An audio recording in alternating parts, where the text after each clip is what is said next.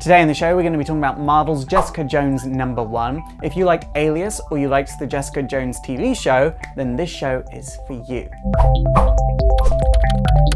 Jessica Jones. This comic was so good, they should have just called it because that's just how good it was. Before we go on, if you are unfamiliar with Jessica Jones as a character, I do have a history on Jessica Jones, so you can check that out. Or if you just want her origin, I also have that. So we don't know why, but for some reason, this book opens up with Jessica Jones being let out of a prison cell. She's like, oh, why have I been bailed out? And apparently it's such a deep prison, it's the cellar, that you don't get bailed out. You're either in or you're out, and she is now out.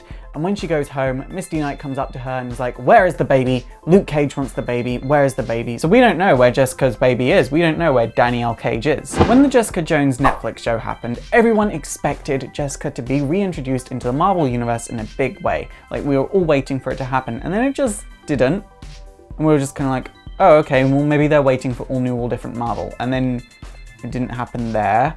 The reason I suspect Jessica Jones was not made into a comic straight away is because, one, they were waiting for all new, all different Marvel to happen, and then it came around, but no writer would touch Jessica Jones, because typically, it's an 18+ book. Obviously, it's been picked up again, and it's brilliant, but it's exactly like Alias. It sort of ignores Jessica's progression as a character since Alias, which I kind of think is good, because she kind of fell into the background after Alias was over, even in The Pulse, which was kind of her own book. She was in the background, and now she's not, and it's brilliant. A lot of characters in Marvel don't really understand that Jessica is incredibly strong.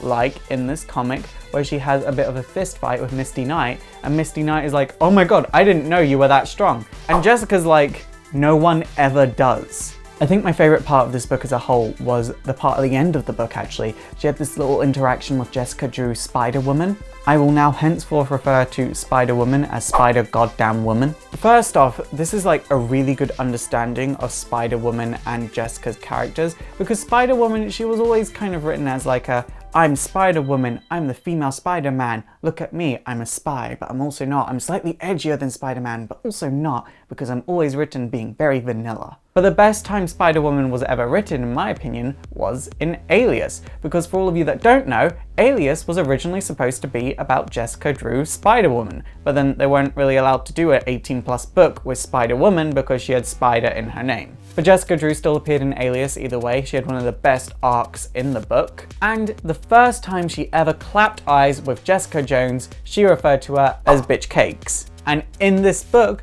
Jessica Jones refers to Jessica Drew as Bitch Cakes. Overall, Jessica Jones is probably my favourite book from Marvel in a hot minute. I haven't enjoyed a book this much in such a long time from Marvel, which is insane because it's Marvel, but at the same time they've been doing Civil War 2, and let's face it, Civil War 2 just wasn't good. It's super effective! Okay guys, that is it for today. So what did you think of Jessica Jones #1? Please let me know in the comments down below, and also please let me know what comics from Marvel you've been enjoying recently. And also don't forget to like me on Facebook, follow me on Twitter, and support the show by checking out my Patreon if you want to see bigger and better and more history videos and you want to see more videos more often.